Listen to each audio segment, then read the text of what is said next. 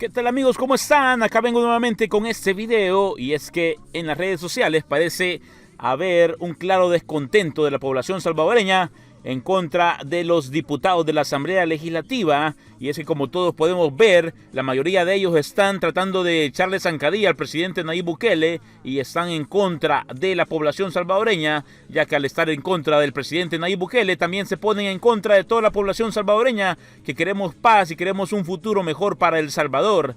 Lamentablemente ellos no lo comprenden y, como dijo uno de ellos en una reciente entrevista, mientras Nayib Bukele esté arriba, nosotros vamos a estar abajo, pero en la medida que Nayib Bukele baje, nosotros iremos subiendo. Entonces ahí está claro, lo que quieren ver es que Nayib Bukele descienda y que reciba un golpe, y así ellos poder consagrarse frente a toda la población salvadoreña y salir como los héroes de El Salvador. Pero eso no será posible, ya que la población salvadoreña ha despertado y claramente ha identificado a estos seres de maldad que lo único que buscan es mantenerse en el poder y no despegarse de esa tetita, como lo hace cada uno de los mamíferos cuando están lactando. No quieren dejar de hacerlo.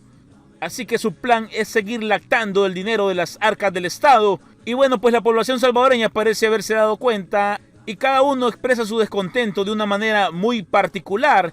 Y este usuario de Twitter utilizó al grupo Molotov para expresar su descontento, y con una canción de ellos les creó un video en el cual aparecen los diputados que me imagino han de caerle muy mal por lo que dice la canción. Pero bueno, sin más que hablar, acá les dejaré el video que compartió el usuario de Twitter.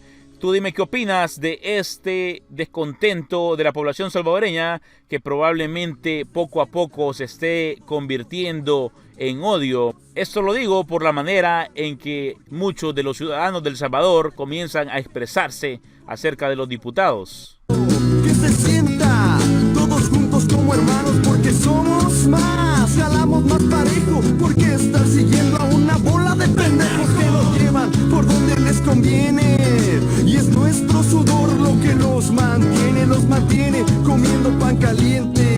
Es el pan de nuestra gente. Dame, dame, dame.